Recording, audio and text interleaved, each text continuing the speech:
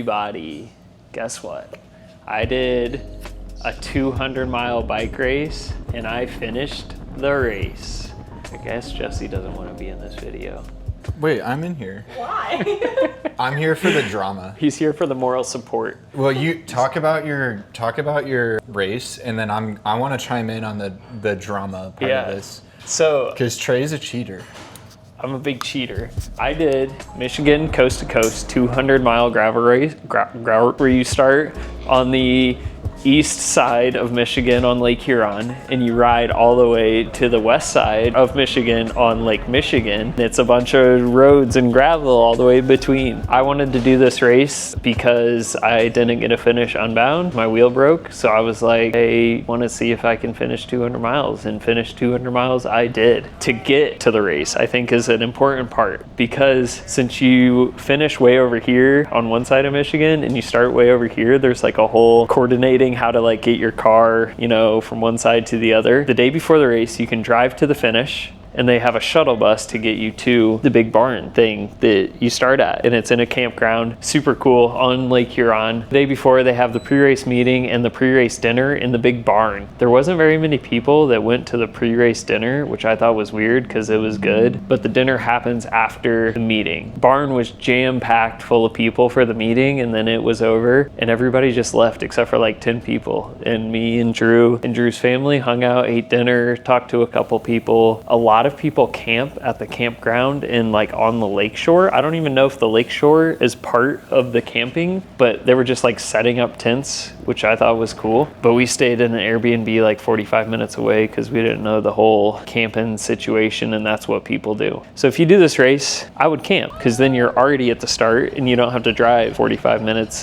home and then 45 minutes back to the start, which is at 6 a.m. or was it 7 a.m.? I think it was 6 a.m. Definitely 6 a.m. the morning before. So we had to leave like super early. Gravel cribs. Gravel cribs. Drew's over here making his wife a sandwich, and I'm over here cooking up my bottles. A whole bunch of Good Life nutrition, carbs, fuel. What's that code? What? Red Dad Good Life for 20% off at checkout. Or they can just go to thebicyclestation.com. Then they won't get a discount. I'll give them a discount. Good Life Trey at thebicyclestation.com. We got Good Life electrolytes, and we got a whole bunch of water. Next day, next morning, wake up early, eat a bunch of food because you're racing 200 miles, and we drove to the race. We got there like with legit 10 minutes before the race start, because we had two little babies that we had to get ready and pack up the car because we weren't going to make it back to the Airbnb, obviously, since we were going to be racing. Had to kit up real quick, roll to the start. The race starts off with a neutral rollout. After the neutral rollout, there's like 95 more miles of neutral rollout, meaning the first 100 miles of this race were so chill. I don't know, it sounds like it wasn't like this in years past, but this year, the first 100 miles, I think I averaged like 150 to 200 watts the whole time. Like we were just, I don't know if people up at the front were trying to race. I think at one point, one guy was off the front for 5 miles, but got reeled back in, and no one wanted to do anything for 100 miles, which was cool. I was down with that. I just sat in for 100 miles, and it's all super smooth, fast, flat, sandy gravel. And there's also a lot of road in there too, but it's first 100 miles are like cakewalk. If you guys want to do a 200-mile race and you're kind of worried about 200 miles being too hard, this is a good one pick, because at least the first 100 miles are chill. Hour and 15 minutes in, we're at 25 miles. Current average power, 158. We're letting all these guys do all the work.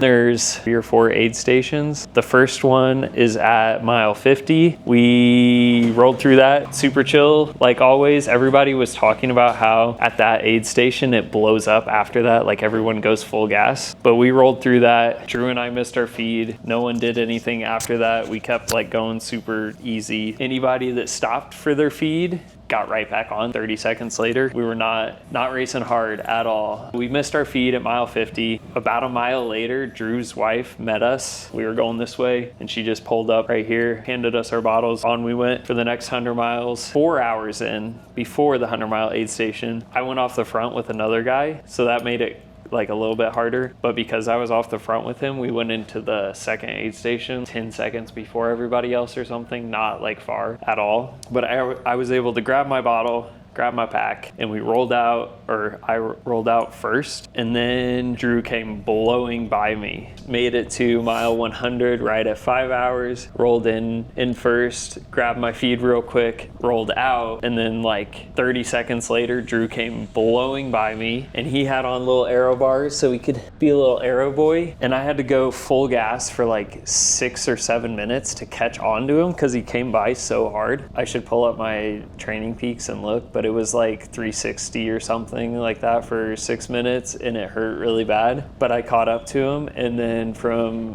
basically there until the end of the race, it was just the two of us, just like riding along like we do on our big training days that we practice for Unbound. And we were just rolling. Drew would get down in his little aero bars, and I would be suffering in his wheel. And then we'd get to the off-road sections and just like cruise around. The second half of the course is way harder than the first. There's a decent amount of like rolling climbs, but then there's also 2-track Jeep, dirt bike, 4-wheeler, I don't know, whatever roads that are pretty sandy and loose. And there's like some that are like, the turns are like, you'll be riding along on fast hard pack and go into the turn and it's just like 2 inches of sand and you almost wash out. It's super fun to ride on, but like 140 miles into a race, you're like, oh my gosh, this is so tiring. Lots of off-roading. There's one segment in there that I ended up getting a KOM on, which I was like, sick. That's pretty cool, because I bet no one rides it like outside of this race. And so if you're going kind of fast that far into the race, you're probably going to get the KOM. And we were going pretty fast. So we rolled, Drew pulled like 90% of the time because he had aero bars. I didn't use them because I knew if somebody had them, I would have to make them pull, and it worked out. So Drew pulled me around, and then right at 9 hours in, Drew was like, I think we can go under 10 hours. And I was like, sure, dude, let's do it. So we did 45 minutes full gas, and then we realized we weren't going to make it. We were going to be like 10:03 if we kept up the 23 mile an hour or whatever average that we did for the past 45 minutes. And so we just like shut it down. Drew like turned back. He's like, I don't think we're going to make it. And I'm like, I'm tired. And so we just did the last, it ended up being like 16 minutes or something left, since we went from going 23 miles an hour to like 16. Just hit 200 miles, baby. We're in the lead, but as you can tell, we're not pedaling very hard. We're tired. We got 4 more miles. I think we'll make it though. And we rolled into the finish line, and Drew's like, we gonna sprint it out? And I'm like, no, dude, you pulled the whole time, you got it. And then I sprinted him. And at first I didn't think he tried, but I did like 1,200 watts, which isn't a lot, but after 200 miles, it's kind of a lot. Maybe he tried, but I don't know if he tried, but I'm just gonna say I out-sprinted him. The results, how'd you guys tie? Like it had the same finishing time? Yeah, same time. Yeah. I don't know, I crossed like a bike length ahead of him or something. Dang, dude. Rolled in first and second. The previous course record was apparently like 10 hours and 15 minutes. We were 10 hours and 3 minutes. So we crushed the course record, if that was true. That's just what somebody said. I don't know for a fact. And then crossed the finish line. Right after crossing, we rolled to the event organizer, race director guy, and we were like, hey, we had to grab bottles outside of the first feed because we missed the feed. So if you have to disqualify us, that's cool, because we cheated. And he was like, okay, that's fine.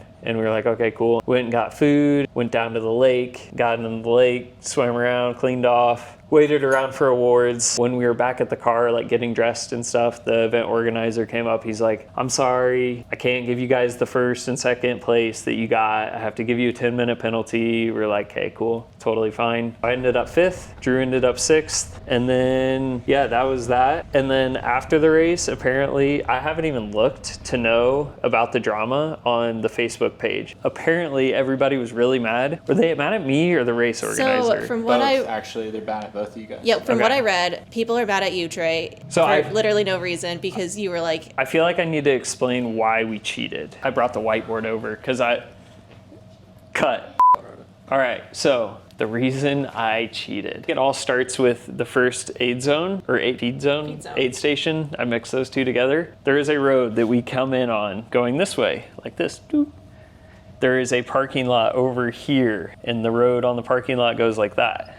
And all in this area is all of the people handing out bottles to their aid station or to their riders, you know, holding out the bottles so they can grab them and stuff. Drew and I rolled through this whole section, going like 3 miles an hour, looking for Drew's wife. And we got to here, and we're like, shoot, I didn't see her. Did you see her? And he's like, no, where is she? And we're like, should we turn around? And he's like, no, we'll be good. We'll just keep going. And then like 3 seconds later, he's like, I wonder why she wasn't there. And I was like, I don't know. And he's like, I hope my kids are okay. Apparently she was just over here, which we didn't know that going this way was an option. We obviously didn't know she was over there. We didn't know any of that. And we were told that we should have been listening in the pre-race meeting. This goes back to where I said the pre-race meeting was in a giant barn filled with people in a downpour, and it had a tin roof on it. And I don't know if you've ever been in a tin roof barn when it's raining, but you can't hear anything. We didn't hear about this situation. We didn't hear, frankly, anything in the pre-race meeting. Totally not the race organizers' fault, because they can't control the rain. That's why we didn't get the feed. And then I feel like that's enough explanation of why we didn't get our feed. You just met up with her up the road a little bit. Well, it sounds like she did. She just like somehow got like a mile or two up the road in that 3 or 6 minutes, however long it took to get up there. People were like, no, I saw you texting her to meet you there. And Drew didn't have a phone. He had an AirTag in his back pocket so his wife could track him. And he's like, can you text her and ask if she's okay? I sent her a text like, hey, we didn't see you at the first date. Are you okay? And that's all I said. Which honestly was really nice. She had two like babies a toddler and like with a her. baby. Before we even saw her, 3 people came up to me and were like, are you good? We saw you didn't see your aid or whatever. They filled up my water bottle with their water bottles because they had too much water, which nobody was really drinking because it was pretty cold that morning and we were going super easy. I still had like a bottle left, and then 3 people filled up my other bottle, so I was like good on water. I could have easily made it to the next stage. Drew's wife made it up there. We saw her. We were like, okay, we'll just grab our bottles real quick. And then one guy was really, really mad. And he let me and Drew know that he was really, really mad that we took outside feed. It sounds like he thought we were just trying to get an advantage by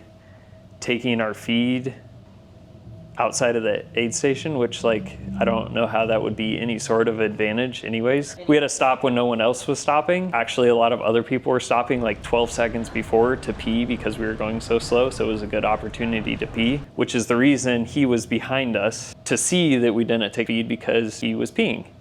He saw us take the feed outside of the aid station area, yelled at us, messaged me after the race, yelled at me some more. And then I told him what happened and he was like, oh, so you didn't plan on it? And I was like, no.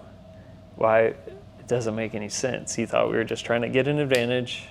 We weren't. A bunch of people were mad because I didn't get disqualified, but that's none of their business. Yeah. That's the race directors. So, people were mad because in the official Coast to Coast rule book, it says if you take a feed outside of the designated zone, you're automatically disqualified. Well, tough shit, guys. The race promoter decided not to do that. Yeah, so, he just decided, I don't know. Like, that's not Trey's fault. That's not Drew's fault. That's up to the race director. So. Yeah, I can't tell you why he decided that. He just decided to give us a 10-minute penalty, which I was fine with the 10-minute penalty. I was fine with the disqualification. I didn't really care. I thought it was super fun to go to this race, but to be honest, I didn't care what happened in the race. I thought I was gonna do really, really bad. Literally a full 5 weeks prior, I had been traveling, and the week before spent 48 hours in a car. I had the worst training block you could ever have. I still feel off from driving to Utah. It was bad. Like, the race started out super easy, but if it was hard, I would have gotten dropped. My take is it's not that serious, y'all. Oh, it wasn't serious. Well, that's what I'm giving everybody advice. Don't be the people that are yelling at people at races. It's not that serious. So when the guy that was mad messaged me and said it was mine and Drew's fault for him having a bad day and we were the reason he was so mad. And I was like, everyone else was in the same scenario and they didn't get mad and yell at us. So that's not our fault. It's your fault that you're mad.